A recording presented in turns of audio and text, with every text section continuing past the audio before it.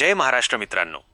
मुंबईच्या राजकारणात सध्या एकच प्रश्न आणि एकच नाव वाऱ्यासारखं घुमतंय, अजित पवार आणि मुंबईचा महापौर.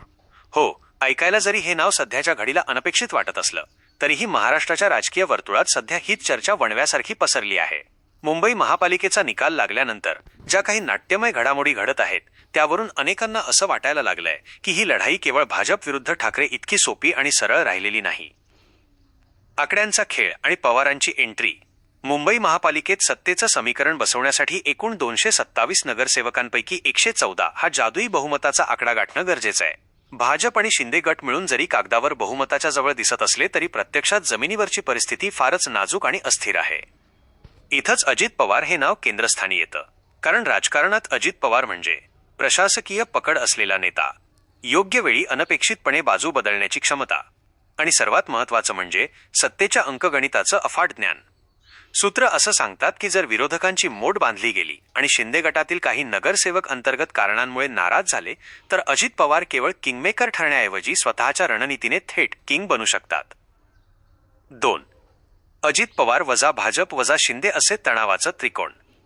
अजित पवार सध्या जरी महायुतीत असले तरी त्यांची नाळ कधीच पूर्णपणे भाजपशी जुळलेली नाही. हे महाराष्ट्राने गेल्या काही वर्षांत अनेक वेळा अनुभवलं आहे. मुंबईचा महापौर जर पूर्णपणे भाजपचा झाला तर राष्ट्रवादीची मुंबईतील उरली सुरली जागा आणि ताकद आणखी कमी होण्याची भीती त्यांना नक्कीच आहे.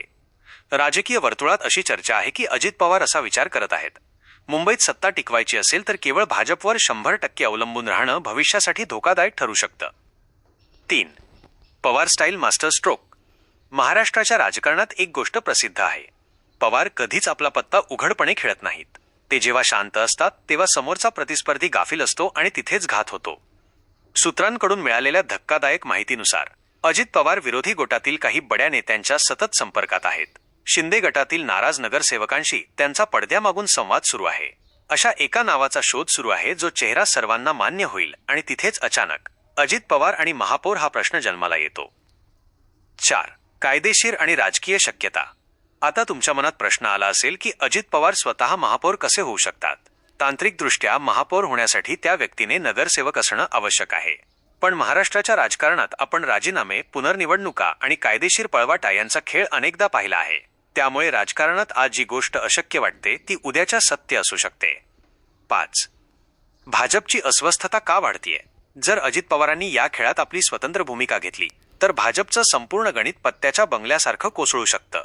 म्हणूनच सध्या मुंबईत काय सुरू आहे, नोंदणी प्रक्रियेत मुद्दाम केला जाणारा विलंब, नगरसेवकांना फुटण्यापासून वाचवण्यासाठी सुरक्षित ठिकाणी हलवण्याचे प्रयत्न आणि वरिष्ठ नेत्यांची दिल्ली ते मुंबई सुरू असलेली धावपळ. भाजपला हीच भीती सतावतीये की जर अजित पवारांनी आपली खेळी बदलली तर मुंबईची सत्ता हाताबाहेर जाईल. 6. पुढे काय होऊ शकतं. आज अजित पवार मुंबईचे महापौर होतील की नाही याचं ठोस उत्तर सध्या कुणाकडेही नाही. पण एक गोष्ट सूर्यप्रकाशा इतकी स्पष्ट आहे, जर अजित पवारांनी या मैदानात उडी घेतली तर मुंबईचं राजकारण पूर्णपणे वेगळ्या वळणावर जाईल. ही लढाई फक्त एका महापालिकेपुरती मर्यादित राहणार नाही तर ती येणाऱ्या विधानसभा निवडणुकांची नांदी ठरेल. निष्कर्ष. अजित पवार महापौर होतील की नाही हे येणारा काळच ठरवेल. पण सध्या जे संकेत मिळत आहेत ते सांगतात की मुंबईत काहीतरी खूप मोठं शिस्त आहे आणि त्या राजकीय स्वयंपाकघरात अजित पवार हे नाव दुर्लक्ष करण्यासारखं अजिबात नाही. तुमचं मत काय आहे मित्रांनो. तुम्हाला काय वाटतं, अजित पवार खरोखरच मुंबईच्या महापौर पदासाठी काही खेळी करू शकतात का, की ते पुन्हा एकदा आपल्या किंगमेकर भूमिकेतच राहतील. तुमचं रोखठोक मत कमेंटमध्ये नक्की लिहा. व्हिडिओ आवडला असेल तर लाईक करा आणि अशाच सखोल राजकीय विश्लेषणासाठी मराठी भूमी चॅनलला नक्कीच सबस्क्राईब करा. पुढच्या मोठ्या अपडेटपर्यंत पाहत रहा मराठी भूमी. जय महाराष्ट्र.